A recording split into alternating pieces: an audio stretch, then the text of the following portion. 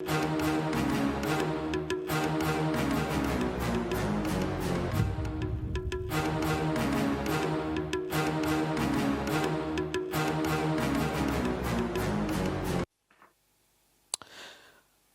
March 26, 2025, Minister of Justice Princess Kasune presented to Parliament a set of proposed constitutional amendments along with a roadmap for their implementation. Now, in her presentation, the minister highlighted that these amendments fulfill the UPND's aspirations as outlined in their 2021 to 2026 manifesto, which calls for a constitutional order that will catalyze political, social and economic development. These proposed amendments have sparked a nationwide debate, with some calling for the entire process to be halted, while others have commended government for such an initiative. Tonight on Costa, we continue this debate by taking a closer look at each of these proposed amendments and their intended outcome. Prominent historian Sishuwa Sishuwa is my guest this evening, and he joins me via video conference from his base in South Africa. I'll be talking to him right after this.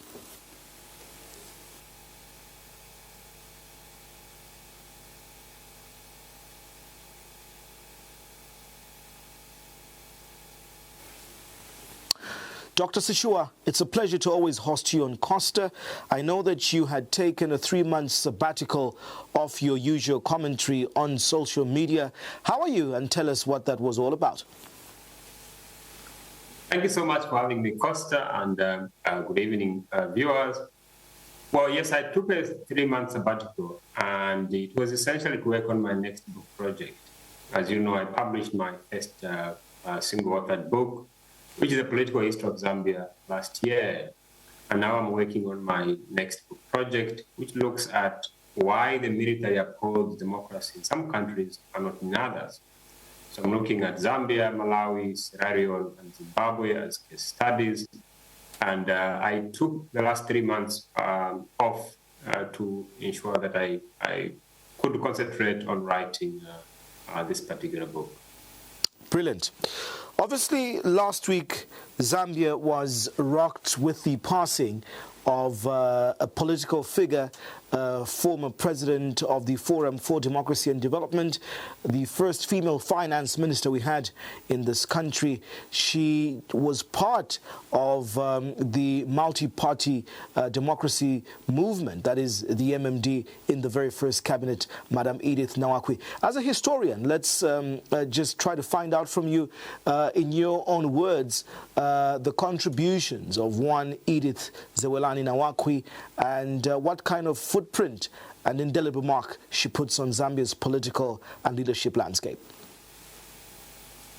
Thank you, Costa. I was very sad when I learned of Miss Edith Nawakwi's death. I knew she had been unwell for some time, and I had even tried to constantly check on her, find out what she was doing.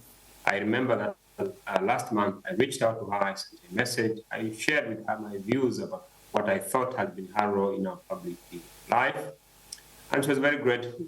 Little did I know that that was to be a tribute to me, from me to her, in terms of how I saw her role in our public life. I was very happy, of course, that she knew what I thought about her role in our fight for a better Zambia. But it's important to, when examining her contribution or legacy, it's important to situate it within a context-driven life of our evolution as a country. As you know, Costa, Nawakwi was, like many Zambians, a rural child. She was born in 1959 at Mwansa Mission Hospital, a place between Isoko and Konde. And she went to school there at Mwansa Primary School before she proceeded to Kasama Girls, where she passed or completed her secondary school flying colors. And it was really that hard work on her part that earned her admission at the University of Zambia in 1978. And she was able to do that through government sponsorship. Like many rural kids, the only opportunity they had was through courtesy of government support. And she at the University of Zambia, she was there from about 1979 to 1983. And she completed her bachelor's degree in business and economics in 1993, after which she secured a position in the civil service as an energy expert. But Nawakwi was ambitious. She didn't just end there with a BA in economics and business. She went to the United Kingdom, where she obtained initially a diploma in energy at University of Surrey, and then she stayed on to complete her master's degree at Imperial College, again in the economics of energy and development. I do know that when she was in the UK, the World Bank took note of her brilliance and exceptional talent by trying to recruit her to remain there. They even interviewed her twice, and she was on the verge of being of abandoning Zambia and being tapped by these major global institutions. But Nawakwi was a patriot, and I think she demonstrated that very early in her life by coming back to Zambia in 1989, because she believed that the acquisition of specialist knowledge, Costa, should result in its application to causes and communities that need it most. That's how she returned to Zambia in 1989. And she served in the civil service until about late 1989, when she took a year of unpaid leave. I must mention briefly, Costa, that when she came back home, she found President Kaunda toiling with this idea of making diesel from grass. And she was frustrated that the government, particularly the authorities at the high level, were not making use of experts like her, because her stint in the UK demonstrated her capacity, but also her return home showed her willingness to apply that capacity, the intellectual capacity, public interest. So I think that that frustration was being called upon to be utilized by her own government that had educated her at such a huge cost, prompted her to take leave out of the civil service, unpaid leave for that matter for a year. Nawakwi actually started selling vegetables, from at Soweto Market, and she would sell some of them to hotels like Intercontinental and Taj Pamos. But she was mainly working at North Mid, and I think that willingness to interact with the ordinary activities of the people showed the other side of Nawakwi. Not just the fact that she was an entrepreneur or a businesswoman, but the fact that she didn't allow her education to turn her into somebody who is distant from the community. And I think that that's something that we should learn from her in terms of the need for those who are educated not to see the other people as less than them, but work together to immerse themselves in their activities, if only to understand their fine. For me, Costa, I think in terms of the larger contribution to the nationhood, Nawakwi starts that contribution in the 1990s. First, when she sued the Attorney General over a matter that is, has been discussed in the recent days. At the time, children were not allowed, a mother was not allowed to take passports without the consent of the father. And yet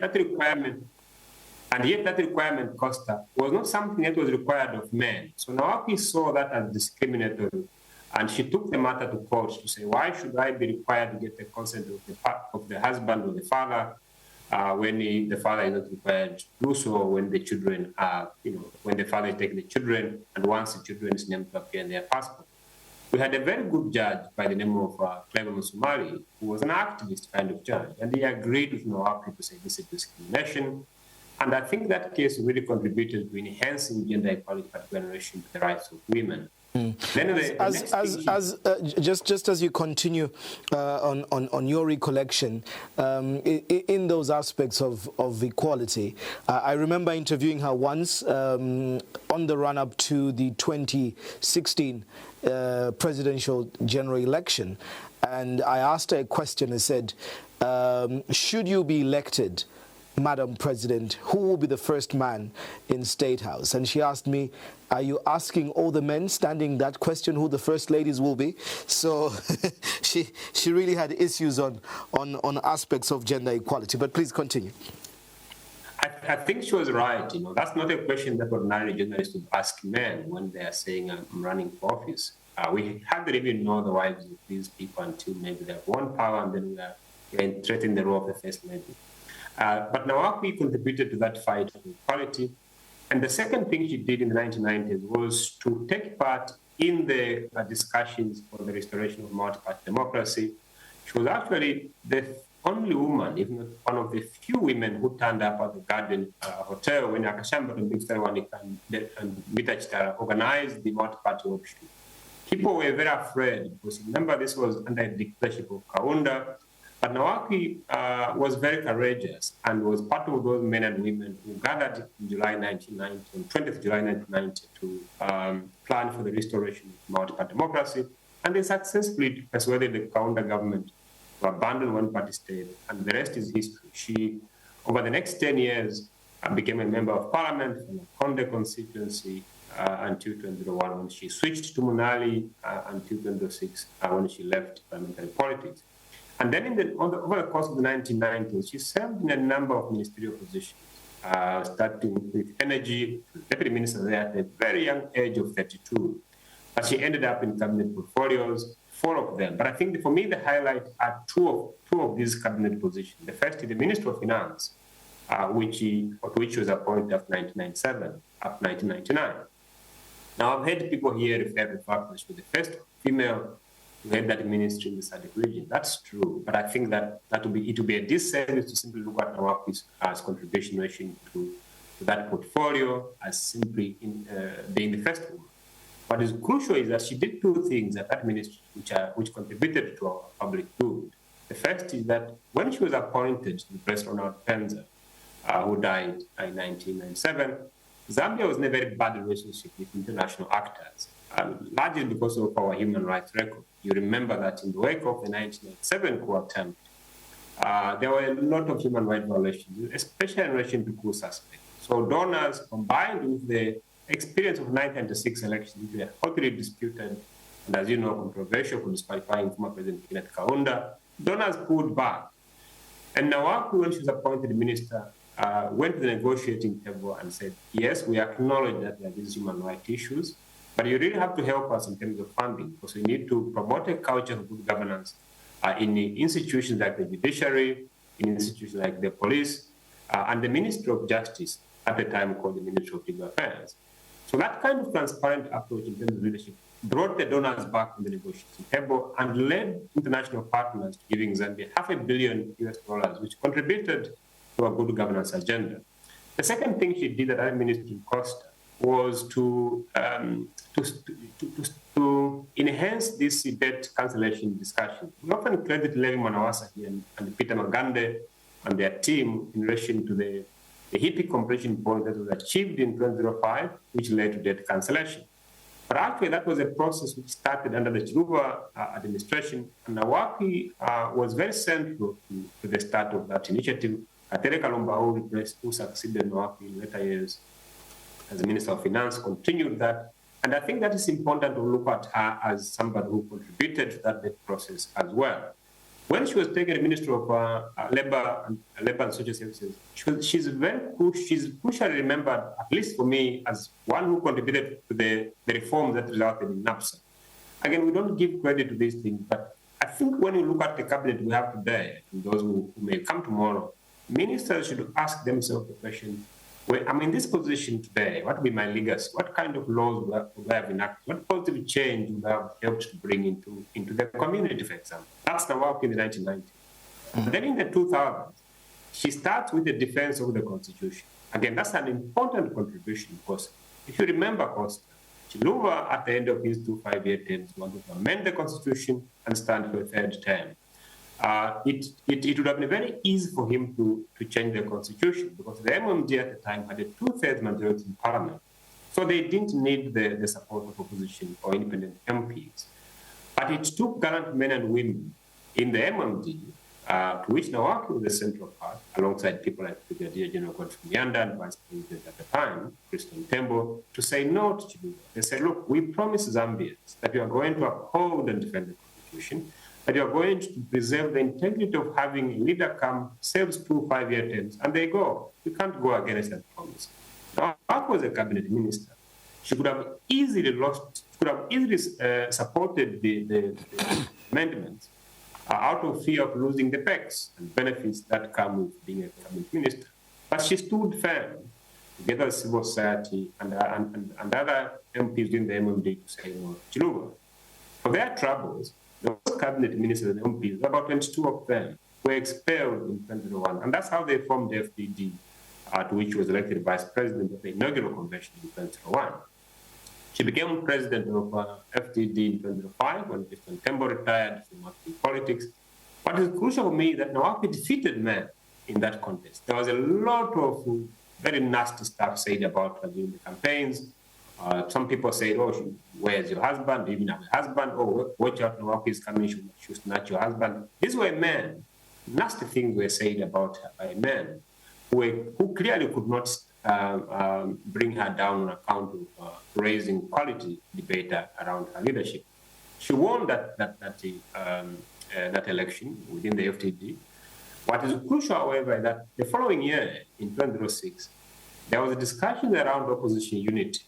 UNIP, led by Tilenji Kaunda, UPND, led by Anderson Mazoka at the time, and the FTD started the discussion to say, can we come together as opposition to make sure that we present a formidable challenge to the ruling party? Costa, in 2001, Mwanawasa had won the presidency by about 29%.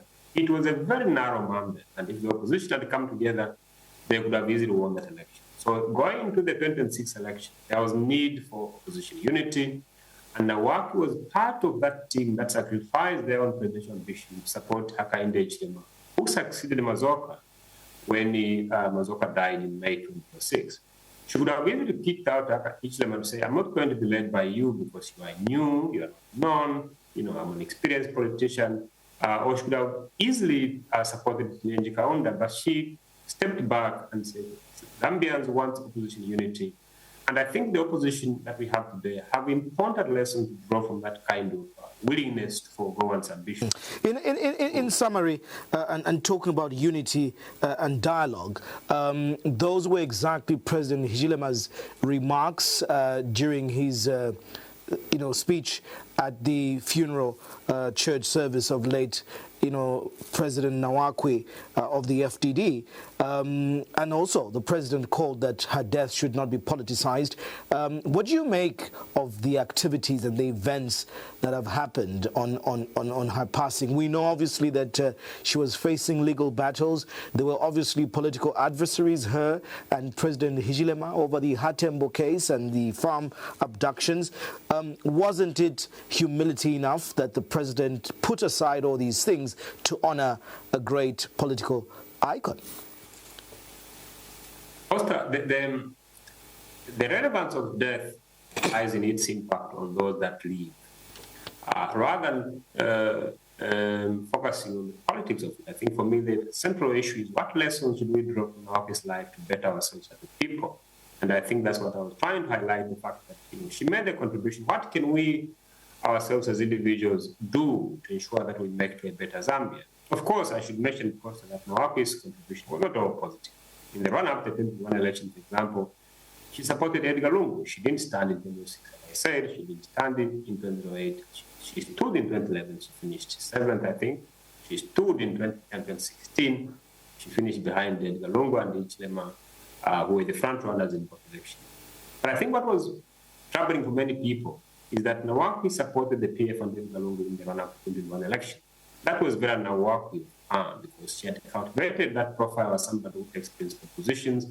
And if you look at the damage that the PF had done in one of the last elections, you would have struggled to justify supporting Edgar Lungu and the PF. She could, of course, argue that, the damage that the UPND and Hichilema are doing themselves justified her action. But that is with hindsight.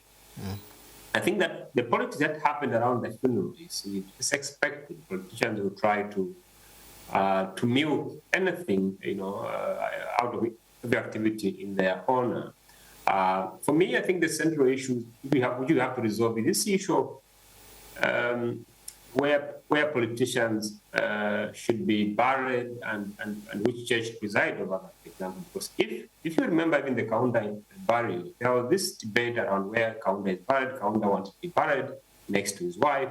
The government said, no, we will bury him here. I'm not sure if we should have a policy, clear discussion around this issue to say, do we honor politicians' wishes, or do they cease to be individuals and they become state properties, for example? Because we saw it under this funeral of Nawakwi. There was a discussion around where the church should be held at the Cathedral of the Child Jesus, or should be held at the Cathedral of the Anglican. The state, of course, prevailed. It was very good that President Hichilema found time to pay his homage. That's how it should be. We should always bury our differences in times of division, times of mourning like this, and come together rather than seeking to exploit this kind of bereavement for political gain. We can take a break from that and use them to actually reflect on the quality of leadership we are providing to the country. And also as citizens, we want our leaders to inspire us to be able to rise above petty differences and say, a moment like this, let's come together and mourn together. Doc, let's quickly jump into our main, discussion this evening, the Constitution. When I interviewed the Minister of Justice 2 weeks ago, she says, and I put it on record, that they have opted this time around to use what they are calling a legislative process insofar as consultations or really proposals of amendments rather than going for either a CRC or a Constituent Assembly, because there's been so much about our Constitution through history. Being a historian yourself, we've been biting and amending at this Constitution for the longest. The first one in the 1973 with the Chona Commission. We've gone through to the Mvunga, the Mungomba, and obviously we come to many, the NCC under late President Nawakwi. There was a bite at the Constitution in 1996 where others felt it was literally to bar former President Kaunda then with the parentage clause. So we've been having a bite at it. Why do we not seem to historically get it right that 60 years old as a country, we're still biting at this Constitution? Well, I think that constitutions are products of human minds, and it's normal to amend constitutions when there is need to do so. The idea of amending the constitution is in itself not a bad idea if there's sufficient justification for undertaking the exercise. Some of the examples you mentioned were, I think, examples that fall into that need. In 1973, for example, the Constitution was amended to introduce the one-party state. And it made sense also to amend it in 1991 to reintroduce multi-party politics. In 1996, I think that was a very bad constitutional amendment. It was really meant to bar former President Kaunda, because Kaunda was very afraid, Chiluba was very afraid that Kaunda is going to defeat him in 1996, and if he was allowed to be on the ballot.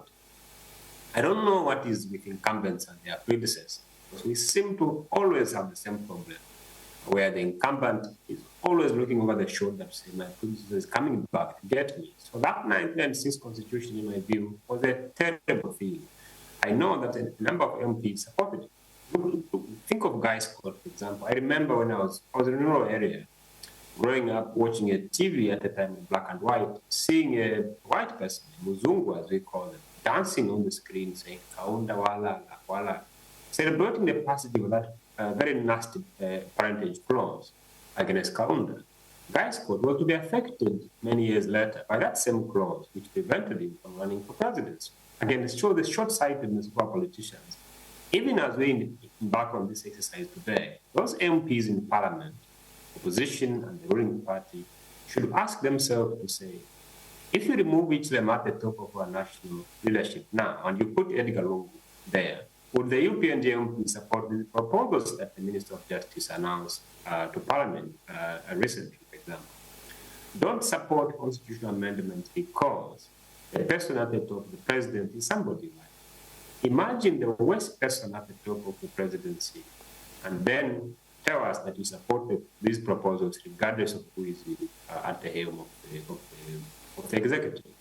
So I think that even as we embark on this new exercise, Costa, the key issue is not that we are trying to change the Constitution. The key issue is there a need for it? Are there justifiable reasons for the exercise to be undertaken? And I think, in my view, that's the central issue. The other point is that for the first time, when you look at this exercise that we are embarking upon, we have abandoned a core element of constitution making, which is public participation or consultation. The examples you cited, of course, we always had a component of public participation. In other words, our constitution making has had two elements. The first is the adoption. The second one is the enactment. In the first part, Costa, in terms of the adoption, you have public participation under Kaunda and even under Chinua, for example. You had, particularly in 1991, for example, and even before, you had the Constitutional Review Commissions. These were formed to ensure that whatever decisions were made regarding the proposals to change the Constitution, they were product of wider public consultation and of the people. Just there, Doc, the UPND government's response or proposal on this is that because of the so many commissions and the so many commissions we've had towards this constitution-making process, there is no need to spend extra money. So their particular proposed legislative route is less costly, it's more efficient, and I'm sure you've seen the roadmap. After they publish the report, they are waiting from probably the ECZ on the 22nd of April. They will give a month for the public to make proposals to a committee of parliament. Costa, the Constitution is a product, the document that the people gives those who are governing them. Say, this is how we wish to be governed. It's not a gift from the politicians in power to the people. So you can't say it is costly. The people are the ones who pay for this. And I think that, in my view, constitutional amendments should always be a product of broad-based consultation. In this case, for example, we don't have that. If you remember under Nawakwi actually changed the culture of, rather than just going through the Constitutional Review Commissions, he introduced legal bodies or acts of parliament. From our side, it was called the National Constitutional Conference Act, which he created a body that presided over the constitutional amendments. And the national, so there has always been this body that ensures broad participation by the people, because it's their constitution. You can't rush this thing on the basis of cost, for example. The enactment part is done by Parliament, of course, through the process establishing Article 79. But in my view, the UPND claims that they are doing this thing because we shall discuss this in detail. So they are doing this exercise because it's a least cost, but more importantly, they are focusing on the non-contentious clauses. If you look at the clauses they are touching upon, they are very contentious clauses. No one who defines what is non-contentious, for example.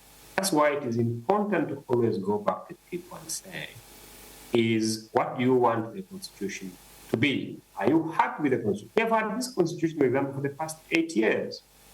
It's important to go to people and say, what provision of the Constitution do you think needs to be changed and why? And the people will guide. If you remember in 2016, when this constitutional amendment was last done, which resulted in the 2016 constitutional amendment, the UPND were very much part of that process. The 2016 constitution amendment would not have taken place without the participation of the UPND. It was a bipartisan affair. That's how it should be done. Everybody should come together. We should listen to each other on common issues of the Constitution to ensure that the document that is produced ultimately, the amendments that are carried out, enjoy the legitimacy because they will be product of wider consultation. You've spoken about who decides whether certain articles are contentious or non-contentious. Looking at the 13, proposed, amendments, would you agree that the proposed amendments are thorny issues or are lacunas in our constitution that really need urgent amendment? They're problematic. I think it would be helpful maybe if we go according to this one by one. Well, for the sake of the time that we have, allow me to ask it to you. I think they have put 13 proposals on the table, but what is resoundingly coming out is this issue where the president and his cabinet and those who are pro this constitutional amendment are saying that, number one, there is a need for delimitation of the constitution to amend Articles 58 and 68. But I want to couple that with the aspect to amend Articles 47, 2 and 68 in the issue of more representation of youth, women and the minority groups, or probably the physically challenged. Before I come to delimitation, as a scholar yourself, is proportional representation a connected issue to delimitation, or rather, it's a political party or electoral system issue, the aspect of what is proportional representation, Dr. Sishuwa? Before I answer that, I think you started with a question of delimitation, and I should briefly touch on that.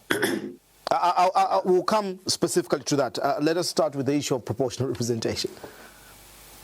Well, proportional representation is a system that is used in countries like South Africa, for example, where votes are allocated, rather seats are allocated, for example, in parliament on the basis of the votes that a political party received in a general election.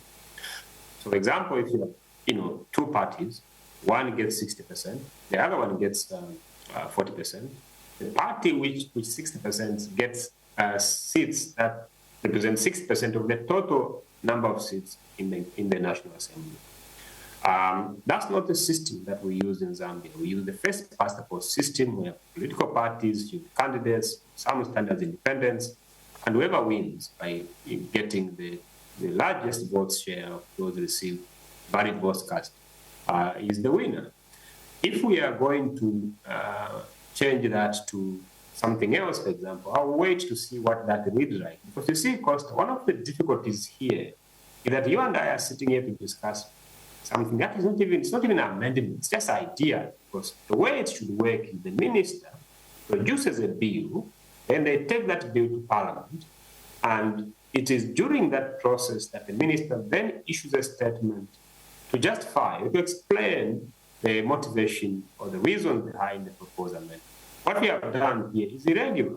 You start with a statement, but where is the bill? Because it's only fair that we get the bills published within 30 days, for example, and people respond to that. Yeah, but the way they have placed this proposal on the table, and when you hear the president speak at different public fora, is like saying, first of all, when he was on the floor of Parliament earlier this year, telling the MPs that yes, we are agreed on this because most of your constituencies are too vast, they're too wide, and then they attach that issue of delimitation to devolvement of CDF funds. But further, it's like they're saying, because one, constituencies are too vast, they need to be, cut into half or delimitated. Therefore, it will bring about more development and more CDF distribution. Therefore, if there are more constituencies, you see the representation of more women and men. So there's all this confusion around delimitation coming then into whether it's proportional representation or just more visibility of disadvantaged groups. I think that there are two separate issues there. When it comes to delimitation, cost, limitation is not in and of itself a bad thing. Okay? It is the way it is done that is very significant, and that has raised discussion this month. The limitation should not be rushed. There should be general consensus at Costa about which constituencies, for example, are to be demarcated, about which figures you are going to use in the census. We have heard, for example, that census report, Dr. Charokabe, the civil service chairperson, discrediting it as illegal, as a bad thing, for example. So what population figures are you going to use when determining the limitation? Is it the ones from the 2022 census, or is it the one from the 2010 census, for example? That is why it is important to have this wider consultation so that you can agree in terms of the metrics you are going to use. What determinants are you going to employ in relation to the population dynamics, in relation to the boundaries, for example, culture, and then also what report are you going to use? Because in 2019, there was a report on delimitation, which was handed former President Edith. Is that a report that you are going to use? If it's not, why? Why did the ECF, for example, find it necessary to conduct another exercise of this kind if there was one that was already done less than 10 years, less than 5 years or so ago, at the time when the last census was conducted? Again, these are the things that ideally should be resolved through consultation and dialogue. But what we are seeing here is a rushed process, and people are saying there's no need to do this. But What you risk having in the situation where people are rightly suspicious about this, the situation that leads to gerrymandering, where you have provinces, for example, like Southern Province, Western Province, and Northwestern Province, generating a high number of constituencies that will be demarcated, and a way of increasing the number of seats for the ruling party, because you know that voters in these areas support the ruling party. That's why it's important to avoid this process. When it talks about the underrepresentation, like women, like youths, and the disabled, for example, there are 3 points, Costa, that one can make very briefly there. The first is, if it's the UPND that is owning this process, you go back to the UPND itself and say, why are you not doing this in your party, for example? You shouldn't call other people to virtues which you yourself are not practicing, for example. Are we seeing this commitment to women, this commitment to disabled, this commitment to youth in the UPND? Second, the Constitution has adequate provision that relates to these groups, for example, the designated groups. The president doesn't have a single youth in his cabinet, a youth by legal definition. They argue that it's not legally mandated because there are no quotas in terms of how many youth and women should be appointed. I think that was the argument of the Justice Minister, that it's not legally binding or mandated. Even if it's the Justice Minister, with due respect, is very informed. She admitted that she didn't read the Bill 10, and I'm not sure if she has read the Constitution, if she couldn't just read the Mayor Bill. But if she read the Constitution, she'll actually find that the person who is empowered with the authority to make public appointments to certain offices, for example, is mandated by law to ensure representation of these designated groups, for example. That's why I'm saying you can't demand for more provision of that kind when you are not actually respecting the Constitution. Our problem, Costa, is not the Constitution. It's a lack of respect for the Constitution.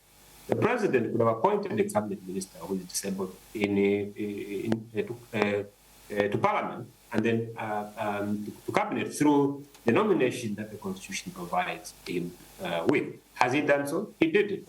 But they argue that Articles 259 does not clearly spell out quotas. Obviously, it says that there should be consideration of race, geography, region, qualifications, and all that. But I think what they're advocating for is quotas.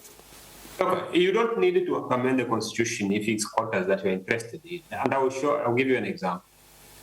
All that will be needed is for all political parties, say the UPND, these guys in Tonse, in Buka, the Socialist Party, let them come together and say, look, we are unhappy with the underrepresentation of women in the National Assembly because women come from there. What you do then is to sign a common agreement to say, we have how many constituencies, elected constituencies? About 156. We are going to get 78 of those constituencies and agree as major political parties to field only females in certain constituencies, only youths in certain constituencies, only the disabled in certain constituencies.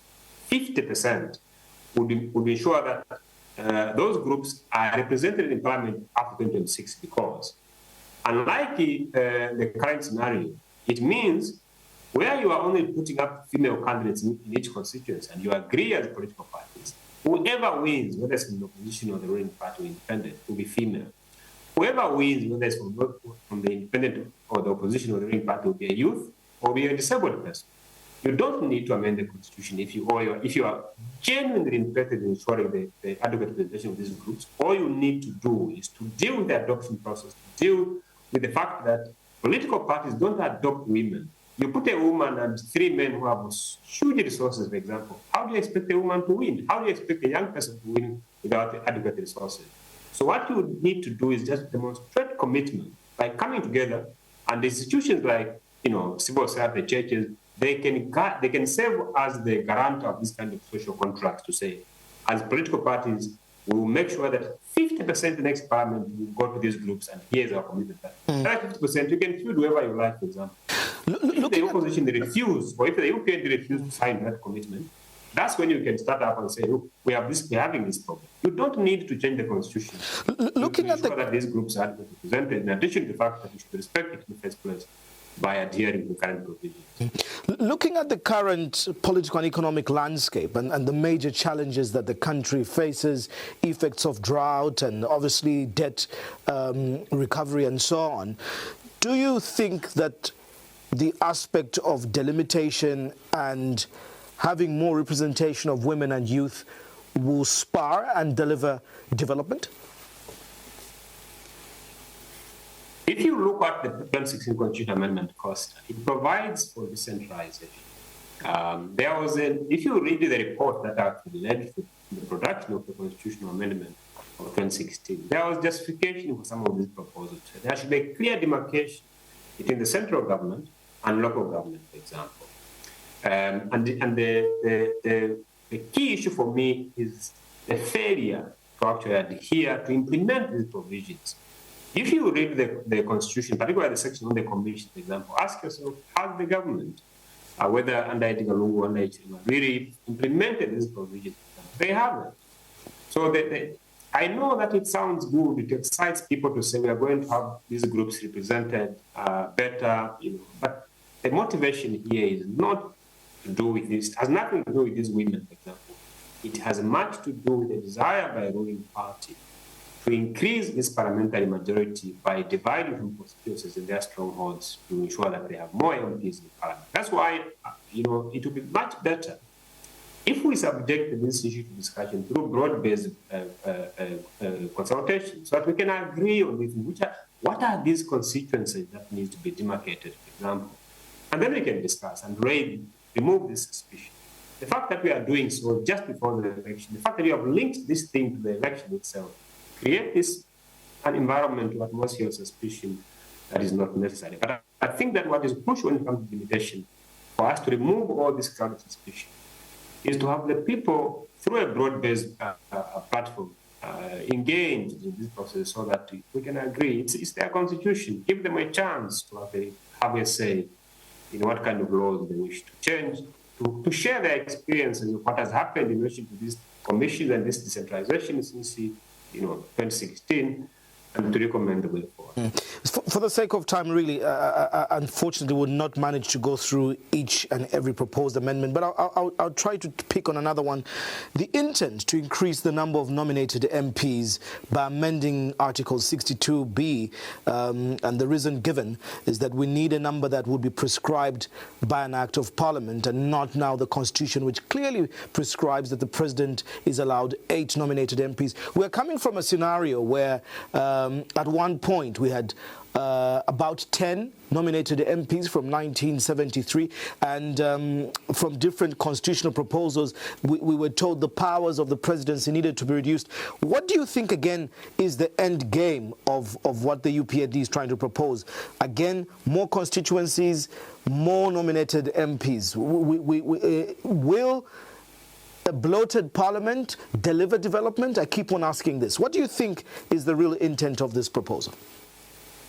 Well, the real intent is to make sure that the president, for example, will have the right to basically reconstitute parliament and achieve a majority that he feels secure through electoral means. Because if you are taking the numbers of nominated MPs from the Constitution, it means if you take it to an act of parliament, all it requires a simple majority. And so if the president, for example, or the ruling party is short of a clear majority by, say, 20 MPs, for example, it's very easy to create an act of parliament to provide for 20 nominated MPs, for example.